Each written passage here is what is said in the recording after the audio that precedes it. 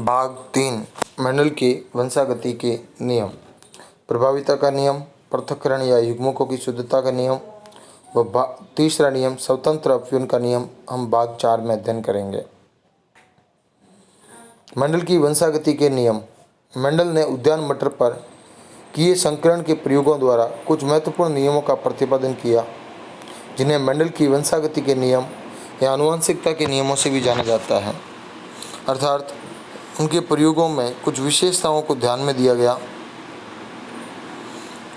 ये नियम जैसे पहला नियम है प्रभाविता का नियम, अर्थात जब किसी वस्तु के अंतर्गत दो गुणों का अध्ययन किया जाता है तो उन दोनों गुणों में से मतलब एक ही युग्मक के दोनों गुणों में से एक गुण जो दिखाई देता है वह अप्रभावी गुण कहलाएगा, और जो गुण अपने आप को प्रदर्शित नहीं कर पाता उसे अप्रभावी गुण कहा जाता है। जैसे कि एक बच्चे के माता पिता में पिता की हाइट लंबी है और माता की हाइट छोटी है, और बच्चे की हाइट छोटी हो जाती है, अतः उसमें पिता का गुण पाया तो जाता है, लेकिन पिता का गुण उस बच्चे में दिखाई नहीं दे रहा, अर्थात लंबापन उसमें दिखाई नहीं दे रहा। तो इस प्रकार लंबा गुण अप्रभावी हो गया और माता का जो गुण उसमें दिखाई दे रहा है वह प्रभावी गुण के नाम से जाना जा सकता है। दूसरा नियम पृथक्करण या युग्मकों की शुद्धता का नियम, अर्थात जब किसी एक ही व्यक्ति के दोनों युग्मक अलग अलग प्रक्रियाओं में अलग अलग भागों में चले जाते हैं। जैसे कि यदि माता का हाइट में लंबा का गुण उस पुत्र को प्राप्त हुआ, तो यदि माता विषम युग्मनजी है तो उसके बौनेपन का गुण उसको बच्चे को प्राप्त नहीं होगा। यानी एक ही युग्मक के दोनों विकल्पी अलग अलग भागों में चले जाते हैं। वहीं स्वतंत्र अपव्यय का नियम कहता है कि यदि एक या एक से अधिक लक्षणों के मध्य संकरण करवाया जाता है तो एक लक्षण के संकरण का प्रभाव दूसरे संकरण पर नहीं होगा। अर्थात यदि पौधे की हाइट के ऊपर अध्ययन कर रहे हैं हम, तो पौधे के हाइट की वंशागति का प्रभाव उसके फूलों के रंग, बीजों के रंग, फली की आकृति आदि पर नहीं होगा। अर्थात एक रंग भाग का प्रभाव या एक लक्षण का प्रभाव दूसरे लक्षण पर नहीं होता है। सबसे पहले प्रभाविता का नियम। एक संकर संकरण के परिणामों पर आधारित यह प्रयोग है, अर्थात इसमें केवल एक ही लक्षणों का जब अध्ययन किया जाता है तो उसे एक संकर संकरण कहते हैं। अर्थात प्रभाविता का नियम एक संकर संकरण अर्थात एक लक्षण के अध्ययन पर आधारित है। जब किसी एक लक्षण के लिए विपर्यासी समयुग्मनजी पादपों में संकरण करवाया जाता है तो वह लक्षण जो F1 पीढ़ी में अपने आप की अभिव्यक्ति प्रदर्शित कर पाता है वह प्रभावी गुण कहलाता है, तथा वह लक्षण जो इसमें अपनी अभिव्यक्ति नहीं दे पाता उसे अप्रभावी गुण कहा जा सकता है।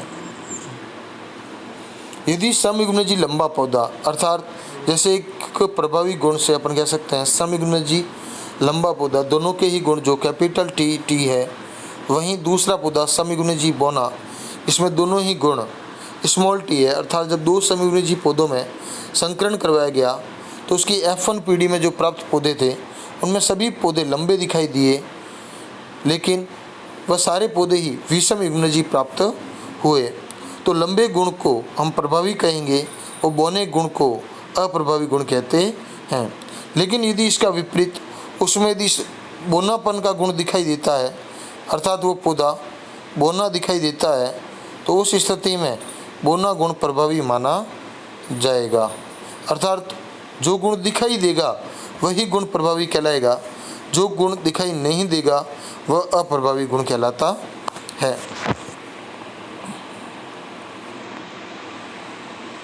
जैसे कि आप यहाँ पे भी देख सकते हैं समयुग्मनजी लंबा पौधा। इस समयुग्मनजी लंबे पौधे के दोनों युग्मक कैपिटल टी, वहीं समयुग्मनजी बौने पौधे के दोनों युग्मक स्मॉल टी व स्मॉल टी का संकरण करवाया गया, तो इसका एक भाग जैसे इसका एक इसके अंतर्गत चला गया तो इसी समयुग्मनजी पौधे का दूसरा भाग इसी भाग में सम्मिलित नहीं हो सकता। अर्थात ये भाग इसमें सम्मिलित नहीं हो सकता। लेकिन वहीं इसका दूसरे भाग का संकरण करवाया गया, इस पौधे का इसके साथ करवाया गया। तो दोनों ही स्थितियों में इस पौधे का इसके साथ करवाने पर अलग अलग परिस्थितियों में भी इनके जो गुण हैं वो एक ही प्रकार से समानता प्रदर्शित करते हैं। इस प्रकार हम कह सकते हैं कि एक ही पौधे के दोनों युग्म विकल्पी अर्थात दोनों ही समयुग्मजी पौधों के मध्य संकरण करवाया गया, तो प्राप्त पीढ़ी F1 पीढ़ी है उसमें दोनों ही गुणों अर्थात लंबेपन व बोनेपन दोनों के ही गुण होने के उपरांत जो गुण हमें दिखाई देता है वह गुण प्रभावी है और जो गुण दिखाई नहीं देता वह अप्रभावी है। अर्थात और इसके अंदर जिन प्ररूप का मतलब होता है कि वह पौधा समयुग्मजी है या विषमयुग्मजी, इसकी पहचान करते हुए देखना।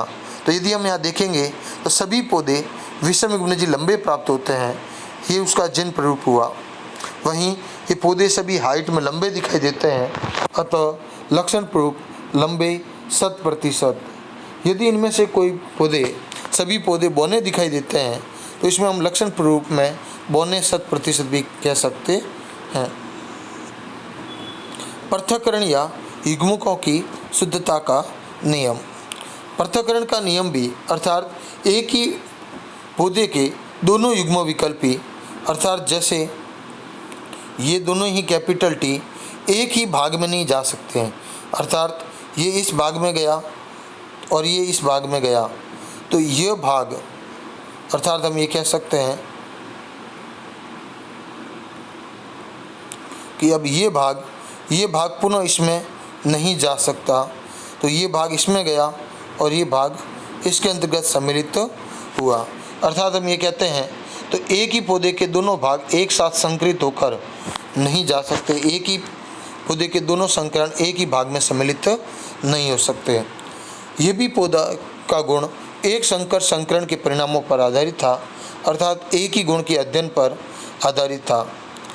इस पीढ़ी के अनुसार किसी पीढ़ी के संकरण या विषमयुग्मजी पौधों के युग्मकों के बनते समय दोनों ही युग्म विकल्पी एक दूसरे से पृथक होकर अलग अलग युग्मकों में चले जाते हैं, अतः इसे ही पृथक्करण का नियम कहा जाता है या विसंयोजन का नियम कहा जाता है। और इस युग्मकों में अर्थात F1 पीढ़ी के पौधों में एक लक्षण के लिए एक युग्म विकल्पी पाया जाता है, अर्थात लंबे गुण के लिए कैपिटल T है तो बौने गुण के लिए स्मॉल t भी उसी के साथ में पाया जाता है, अर्थात एक ही पौधे के दोनों ही गुण एक साथ पाए जाते हैं, इसीलिए इसे युग्मकों की शुद्धता का नियम भी कहा जाता है। जैसे कि हम यहाँ पे देख सकते हैं कि समयुग्मजी लंबे पौधे में दोनों ही कैपिटल T गुण हैं, वहीं समयुग्मजी बौने पौधे में दोनों ही स्मॉल t गुण हैं।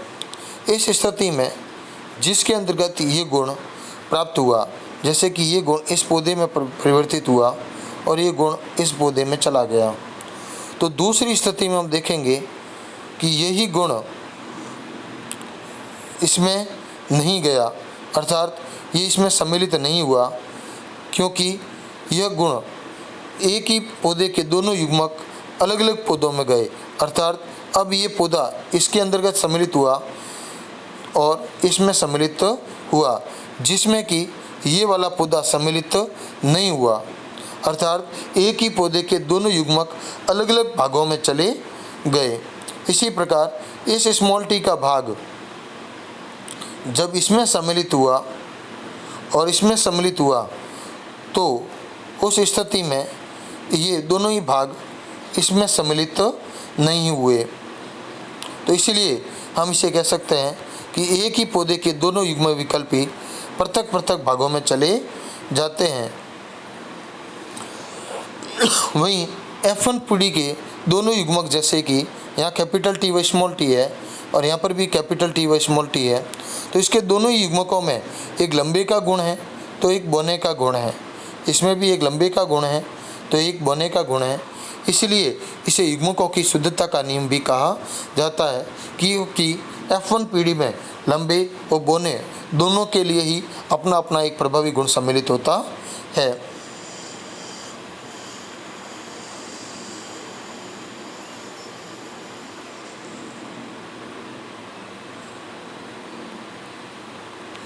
आज का गृह कार्य। आज के गृह कार्य में हम करेंगे कि मेंडल की वंशागति के नियमों का नाम लिखेंगे। वहीं मेंडल की प्रभाविता का नियम रेखा चित्र सहित समझाएंगे। तीसरा, पृथक्करण एवं युग्मक की शुद्धता का नियम समझाएंगे।